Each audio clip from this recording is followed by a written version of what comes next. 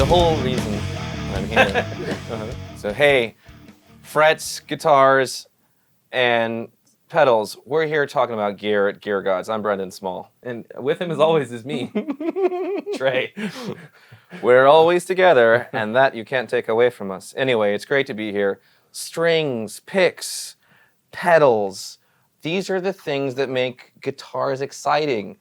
Frets. I said that earlier. The tuning pegs. This is the minutia that makes guitar exciting. Anyway, so you're, Yes. Yes, Go on. the timer doesn't start until we start talking about Galacticon II. Yes.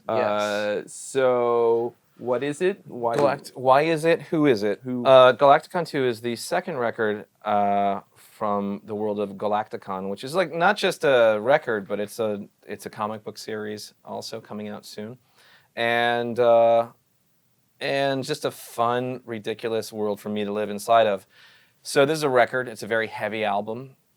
I have low-tuned guitars. I have a song with an 8-string on it. I've got a lot of different fun tunings from all the way from standard to altered, and a little bit in between. Mm-hmm. So I know from grandpa tunings to from standard grandpa tunings to teenager tunings to teenager tunings, which is in my case like experimental. Yeah, not even that experimental. Tuning. It's usually standard, but just lower. So so it's a whole record where I've got tons of guitars layered into it. I've got tons of vocals layered into it, and there isn't really a genre for this inside of metal, so I had to invent one when I put out my first Galacticon record, which is high stakes intergalactic extreme rock. That's the first one. This one's a little bit more metal based than the first one. There are more double kicks and there are more scary vocals in this. So that's what it is. I would hold it up, but I don't have it here. So anyway, that's what Galacticon is. It's a record. It's a really long, stupid way of me saying I put out a record. Yes. That's very heavy and has a lot of guitars. You are putting out a record. Yes, I'm putting out a record. Yet. It's not out yet. It's going to be available on the August date of 25th. August 25th. And a comic book with Eric Powell, who did a comic called The Goon. I don't know if you're not familiar, check it out. It's a really great comic that he did. I have sex with girls sometimes, so I don't know what comic books are. When you have to prove that you have sex, that's a key indicator that you've never had sex lying. before. Yeah. By the way, I've had sex one time, so I don't know the crazy nerd thing that I pretty much know what you're talking about is. All right, it's because I'm illiterate. Okay. I know what they are, I just don't want to admit it. Okay? Fair enough. And I appreciate that. Anyway, I'm doing that too. It's fun. That's coming out August 2nd, the Galacticon comic. I feel like you missed a chance to call it the Galacticomic. I do. That's the nickname for it. So that is that. And then I have the Galacticon Epiphone Snow Falcon guitar that we'll get into later on. That's also part of this whole thing. So it's available for the album is available. The album is available for pre-order, and when you get the record, you're going to get a couple tracks that kind of show you what this record sounds like. One of the songs is called "My Name Is Murder," which is a heavier, thrashier kind of song, and the other one is a song called "Nightmare," which is a song I did use an 8-string guitar on, and I used my Snow Falcon, my actual fresh off of the rack Epiphone Snow Falcon, just to put it through its paces and to put my money where my mouth is to really endorse this thing. And it turned out sounding really, really cool. I got some really neat sounds that I haven't heard out of a guitar like that before. So it's really fun. Sweet. So that stuff is available right now if you pre-order. You were saying that this is a much more metal or somewhat more metal album. It's a heavier. I've taken a heavier. I've made some heavier metal decisions on this record than the previous Galacticon. So you're working with Gene Hoglan again on drums. I've got Gene Hoglan, the amazing Gene Hoglan on drums, and I've got Brian Beller, who has been working with me for the last decade as well. You also know him from being in Steve Vai's band and Joe Satriani's band, and he's also in the Aristocrats with Guthrie Govan, and he's an amazing player and gets an amazing sound. And then Ulrich Wild, who produced the record with me. So basically, this trio of guys has been with me for the last 10 years since I did the first Death Clock record, Death Album 1. And so it's kind of our 10-year anniversary happening at the same time as putting this record out. Do you remember when you were doing Metalocalypse? Yeah. That was awesome. Thank you. Thanks. Yeah. Fun show. A lot of people... So stupid! So, Metalocalypse, you want to talk about that? It's okay if you want to. No, I don't. I can talk about it. I'm not not going to not talk about it. Why do you want to make me sad, though? I didn't make, by the way, You didn't. I didn't make you sad. I know, but you're just reminding me. I know. Did you write some of these songs or maybe for the first Galacticon album or for this one? And did you write any of them intending to be Death Clock songs at one point, and then you just had them and had to? That's a good question. It's a good question. I'll tell you like the history of Galacticon. Okay. Galacticon happened because I was about to make Death Album 2, and I had the studio reserved, and I had Gene Hoglan reserved, and I had Brian Beller, and I had Ulrich Wilde, the same guys I'm working with now. And what happened was we got there, and we got a message from like the lawyer saying the deal hasn't gone through, so all this pre-planning it's not, you're not going to make a record today, basically is what they said. And I was like, well, this makes me look really stupid because I told all these guys I was going to pay them for showing up, and they all showed up with their drums and their, all this stuff. So I said, you know what? Give me a second. I went through my hard drive in my computer, and I said, I've got all these songs, and I don't think they're Death Clock songs. So let's set up the drums, and I'm going to pull out my guitar, and we're going to make this record in the meantime.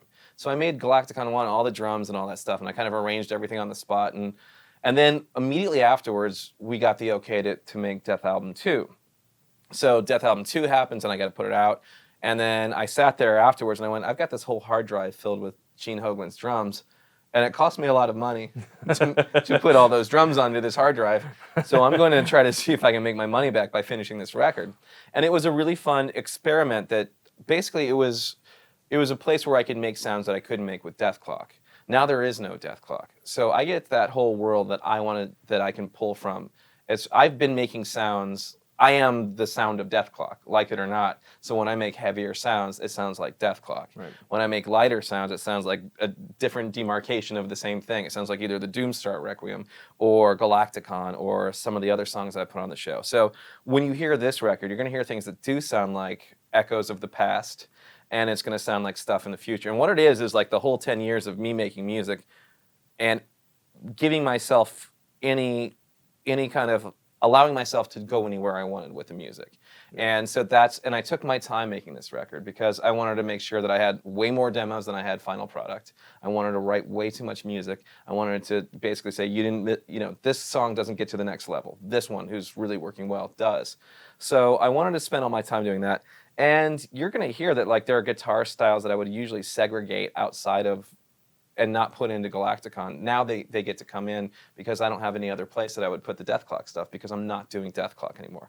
If you like the sounds of Death Clock, you're probably going to like this record. If you like the sounds of Galacticon, you're going to like this record. That's why I keep coming back to those two songs that you can hear right now on the pre-order. One of them's a little bit more Death Clocky, and the other one's a little bit more Galacticon, but they're kind of both sides of the same coin. So that was my idea behind it. And there are songs where I used a more brutal voice that people are going to probably compare to Nathan Explosion because I can't make my voice sound like anything else when I do that voice. Yeah.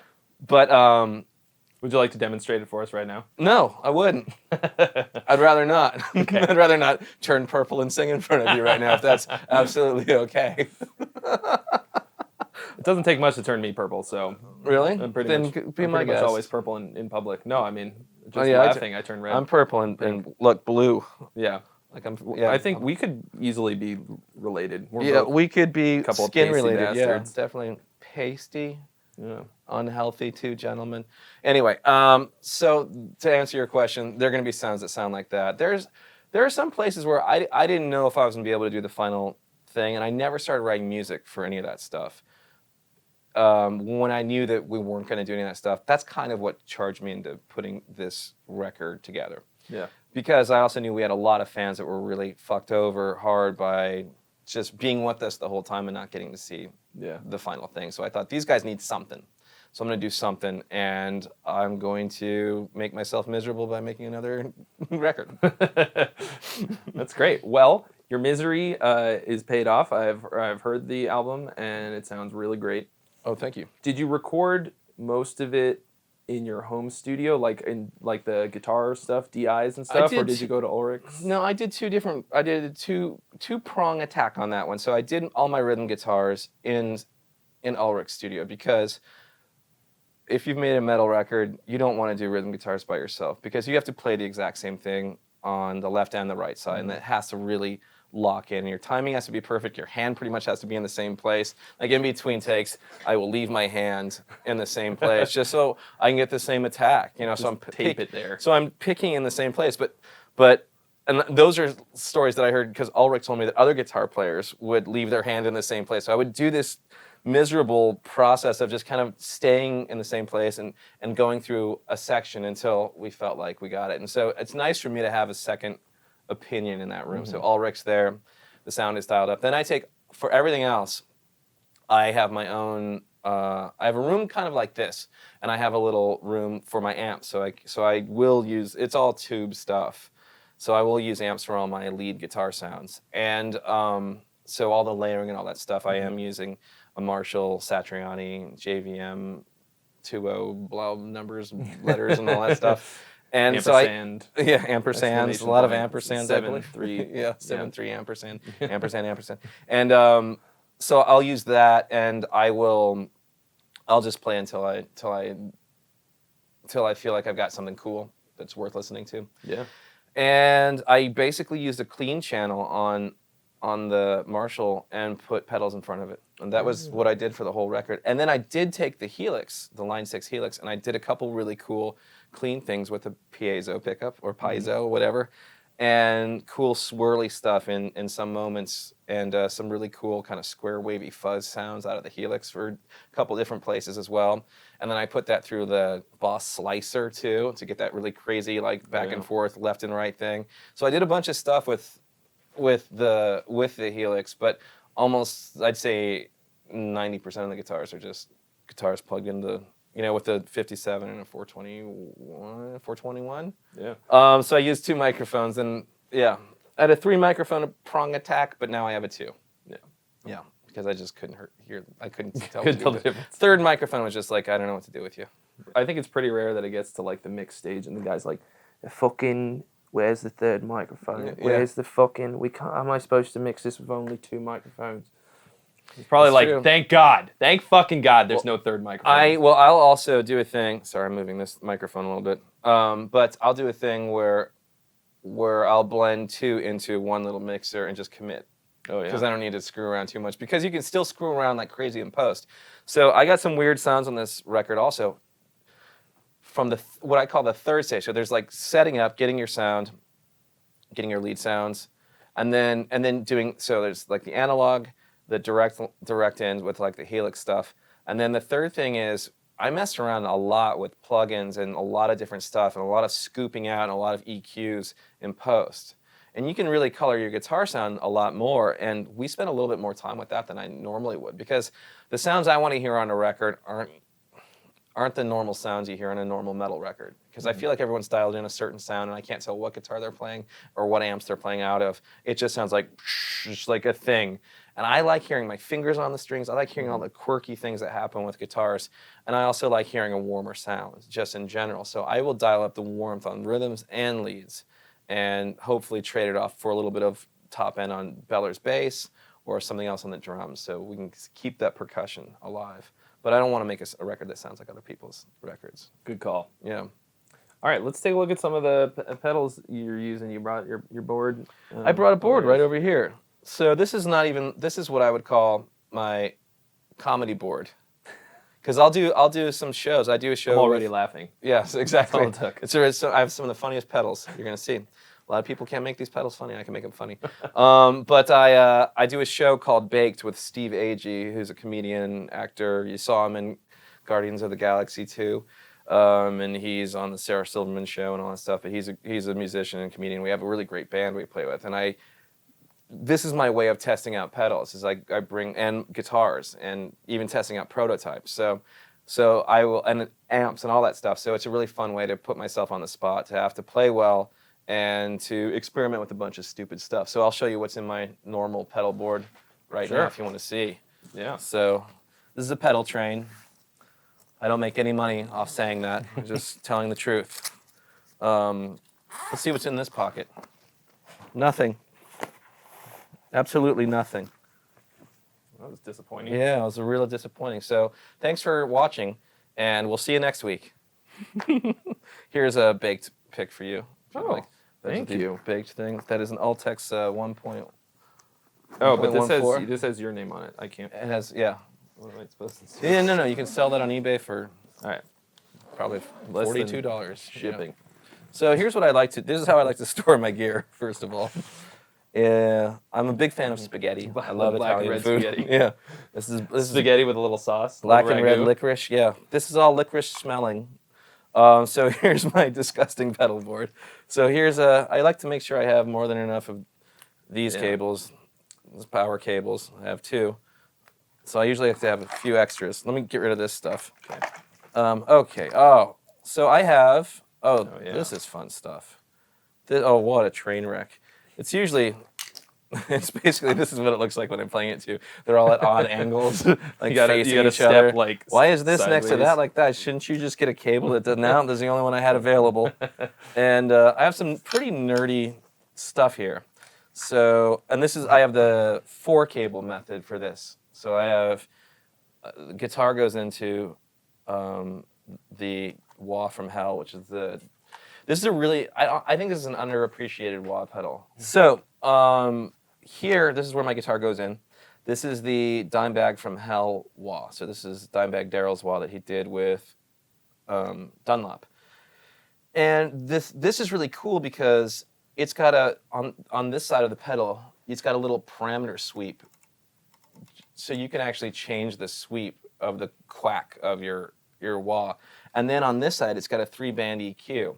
So if you want it to sound warmer, more nasally, whatever you can get a lot of different sounds out of this stuff. And I don't understand why this isn't just, this should be the standard crybaby wah that you get because you've got so many different things you can do inside of it. So you can get a super fast, quacky, like funk thing, or you can get, like, I don't even know that it's on, but it's slowly sweeping kind of a wah, which is one of my favorites, just kind of slowly changes your sound as you're going through like some kind of passage. So there's that. And then I go from that into my distortion. In this case, I've got 2. I've got my the Andy Timmons JHS pedal, which that guy gets like the best sound in the world. And I got this pedal, and it's all there if you haven't played it yet. But that sound is just really right in there, and it's got these 2 like mid scoopy things that, or if you want to just dial in more warm mids, which is what I'm always trying to do, you can get some really great sounds. So I really like this. And this is the lead sound of Galactikon II. So this is all over the whole record. So I pretty much just use this straight into a clean channel. But here I have the Friedman BEOD, which is, I think, one of the better distortion pedals I've heard in a long time, too. So it's got a little more compression than I think this does. This one's got a little more open sound. So I go from here into the Nano Pog, which is just a really great octave pedal, up or down, and it just has one extra little EQ curve on it that just brings your sound together too. Again, just warm, good sounding. And then I have this just for fun. If I just want to like click on this is the Nano Freeze sound retainer from Electro Harmonics. And so sometimes if I just want to hit like an E and drone and then do like cool solo stuff on top of that, I can. That into the old Phase 90 script mode, which is like the Van Halen sound, where you just put that right there. You put your knob almost at 0, and there's that. And then I have a bunch of stuff going behind the amp down here. So this is in front of the amp, distortion, octave, echo-y thing, and phaser. And then all my reverbs. Oh, and this one too. The dual fusion is there too. So I will use this mostly for this side, which is the like kind of tube screamery side that kind of like makes your clean sound a little bit more punchy, with a little bit of dirt on it. And then you can put the dirtier side on to make it something big, but I use it mostly for the right side. I have a tuner, a little poly tuner that goes into my volume pedal. It's a little Ernie Ball thing. And then I have Reverb and Delay by TC Electronics. And that goes behind the amp in the effects loop. Classic setup. It's a classic setup by a great man, me. By you.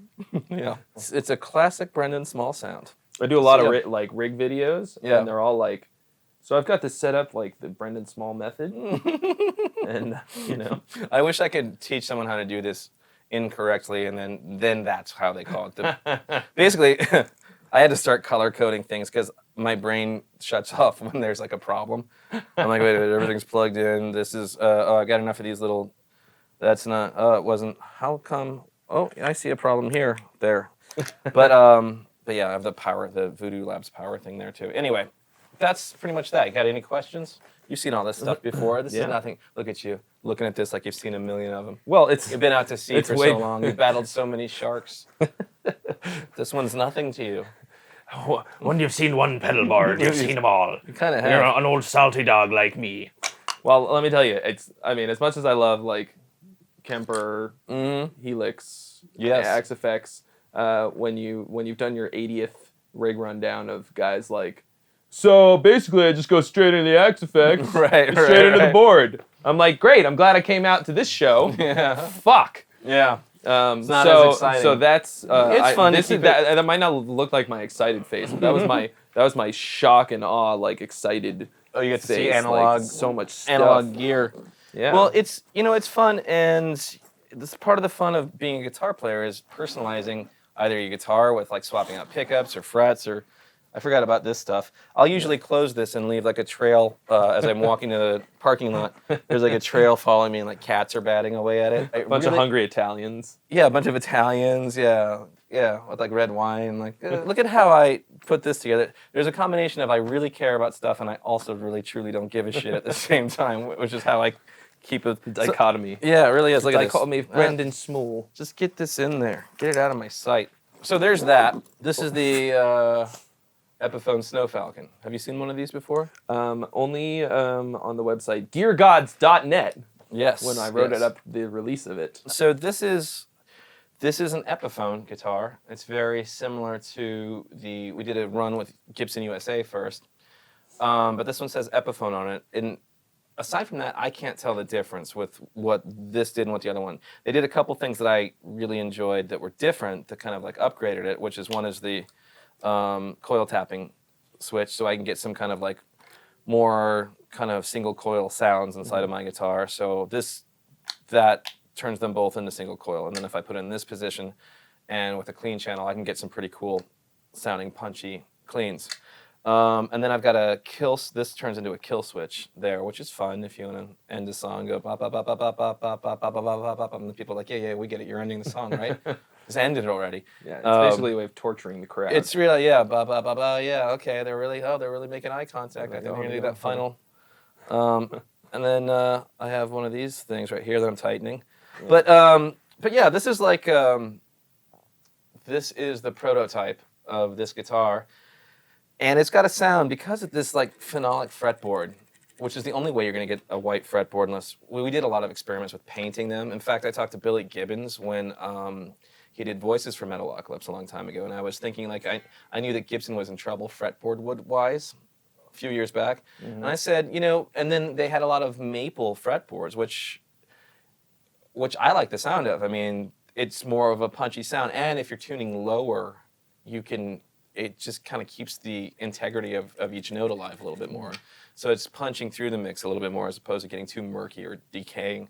So I liked the maple thing, but I thought Gibson guys would probably like it as long as they didn't know what they didn't know what they were looking at. So I thought, what if we painted a maple fretboard white, and we made this cool guitar that was kind of monochromatic and stuff. And it was kind of inspired by Prince and both Prince and Billy Gibbons. So we came up with it, and then they had to find a way to make this thing. So this phenolic fretboard is like a light dressing on top of wood. Yeah, I like the way it plays, and it came. Yeah, check it out. It sounded great right out of the box. You do have to. It does force posture into your life as a guitar player. Yeah. Yes, please. It's funny. I got a white fretboard too. There you go. It's so do dope. it. It looks beautiful. Yeah, it's really cool. I have a prototype. If you look at my Instagram, which is at Brendon Small, of what I call the Snow Horse, which is an Explorer version of that from Gibson USA, and I use it on the record too. I have two of them. One with a pickguard and one that's just a flat wood top. So you'll see that too. And yeah, it has tone to it. It actually sounds great.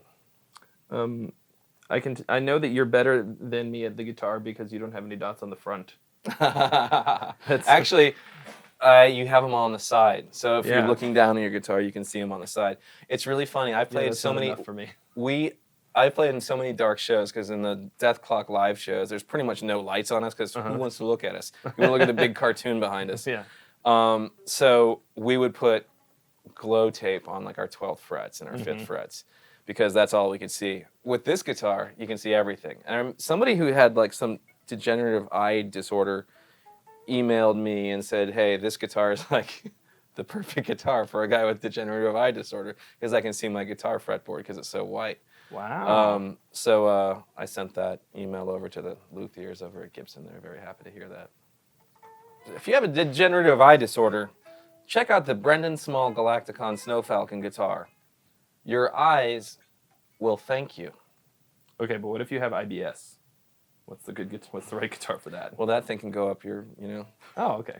It's like like an oil. Try it with your oil own guitar. dipstick. Yeah, always try it with your own guitar first.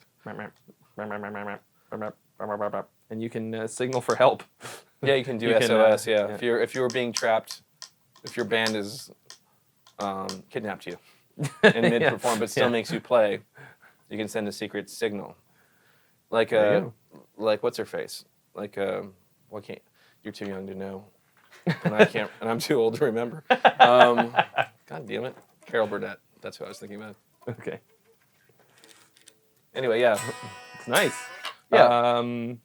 Smells filthy. Yeah, Smells that's like good. I old touched string. it. It was good before I touched it. So, any plans to take Galacticon to the live Go ahead. arena? You can do it. To the Come on. Any plans to take Galacticon to the live arena? Live arena. To the live shows place?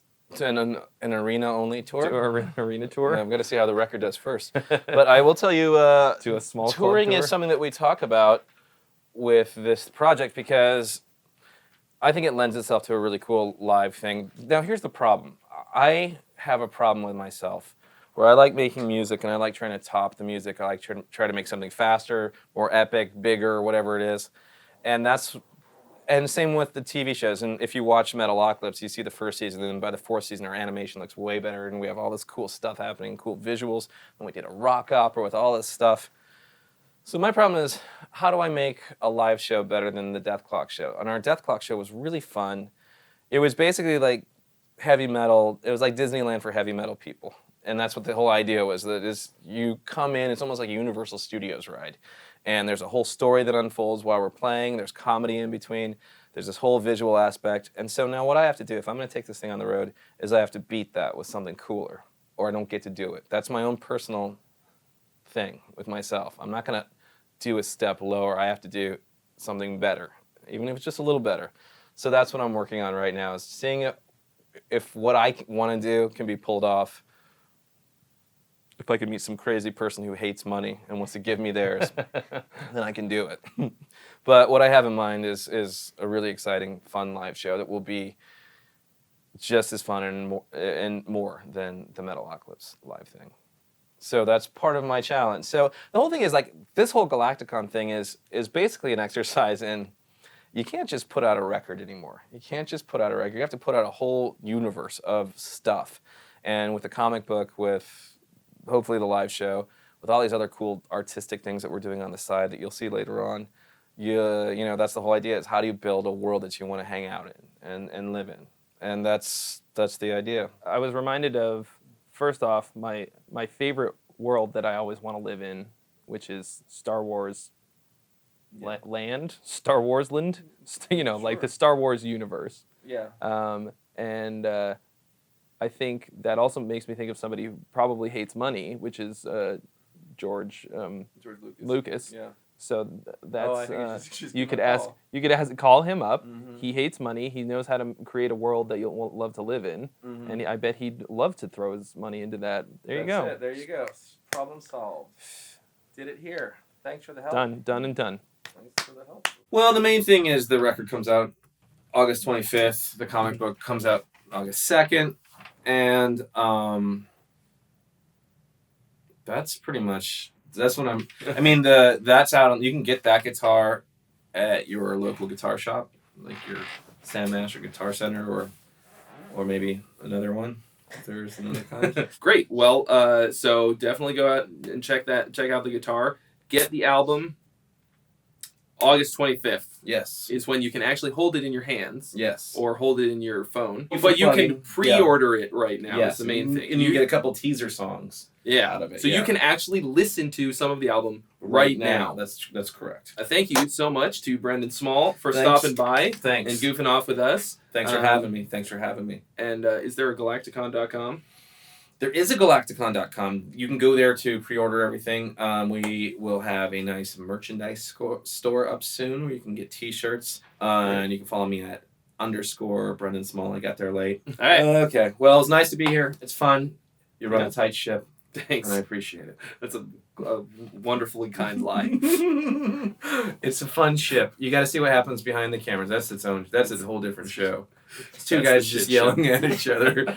Like, you don't even know anything. Yes, I do. I know. I've been doing this my whole life. You don't. How come you didn't move the thing when I told? There's a lot of that going on True. behind the camera, and I got to say, I'm a big fan. So Well, we you. are also big fans. Thanks for having me, guys. Yes, thank you. Thanks for coming. That really went great.